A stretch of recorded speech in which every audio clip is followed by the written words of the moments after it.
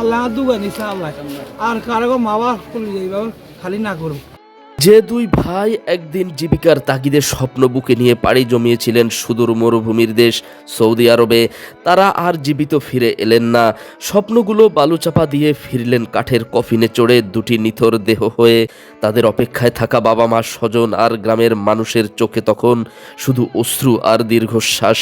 পৃথিবীতে কেন প্রিয় মানুষগুলো এত দ্রুত হারিয়ে যায়, এমনটা প্রশ্ন যেন তাদের চোখে মুখে।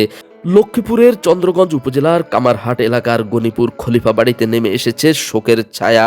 আজ মঙ্গলবার সকাল 10টায় কামারহাট বাজারে ঈদগাহ মাঠে সৌদি প্রবাসী দুই সহোদর ভাই সজীব ও সুজনের জানাজার নামাজ অনুষ্ঠিত হয়।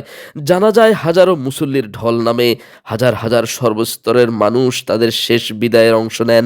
দুই ভাইয়ের এমন মর্মান্তিক চিরবিদায়ে আকাশ বাতাস যেন ভারী হয়ে উঠেছে। আমার দুই ভাগিরা সৌদি আরবের সড়ক দুর্ঘটনায় একসাথে দুই ভাগে মারা যায়। তাদেরকে দীর্ঘ 14 দিন পর দেশে আনা হয়েছে। তারা এক সৌদির মাল রিয়াদ, এই ওয়াদি থেকে রিয়াদ নেওয়ার পথে দুর্ঘটনায় অ্যাক্সিডেন্ট। তাদের মাগফিরাতের জন্য সবাই দোয়া করবেন, তাদের আত্মা যেন আল্লাহ জান্নাতবাসী করে, তাদের জন্য সবাই দোয়া করবেন। আমরা একসাথে দীর্ঘদিন যাবৎ একসাথে চলাফেরা করছি। সজীব আর পারভেজ আর কুমিল্লার একজন লোক আছিল কাউসার, আমরা তিনজন একসাথে সবসময় চলাফেরা করতাম।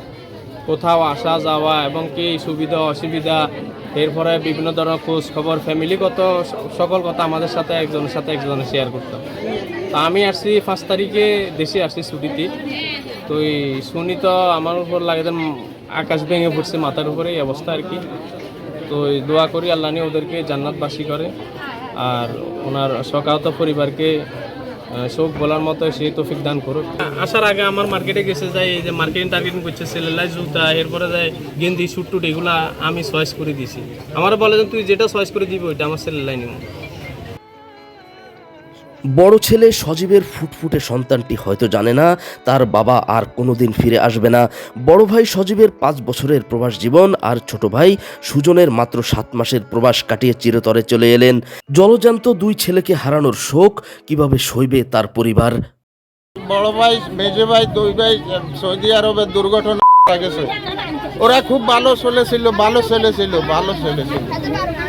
আল্লাহ তাদেরকে বিস্তে নসিব করুক, আল্লাহ জীবনের গুণাগুলি মাফ করে দেখ, এটাই হইল কামনা। আপনারা সবাই দোয়া করবেন। সৌদি আরবেতে আসিল দীর্ঘদিন, খুব ভালো লোক আসিল। ওরা দোনো ভাই দুর্ঘটনায়। পিতা আব্দুল মালেক ও তার স্ত্রী 3 ছেলের মধ্যে 2 ছেলেকে হারিয়ে আরেক ছেলেকে আঁকড়ে বেঁচে থাকবেন ঠিকই, কিন্তু 2 ছেলে হারানোর ক্ষত বয়ে বেড়াবেন আজীবন। এ ক্ষত নিয়ে একদিন তারাও চিরবিদায় নেবেন। সময়ের দোলাচলে হয়তো একদিন সব স্বাভাবিক হবে, তবে 2 ছেলে হারানোর ব্যথা তারা কোনোদিন ভুলবেন না, এটা নিশ্চিত এবং চিরসত্য। মোহাম্মদ শাহ আলম, প্রতিদিনের নোয়াখালী নিউজ ডেস্ক।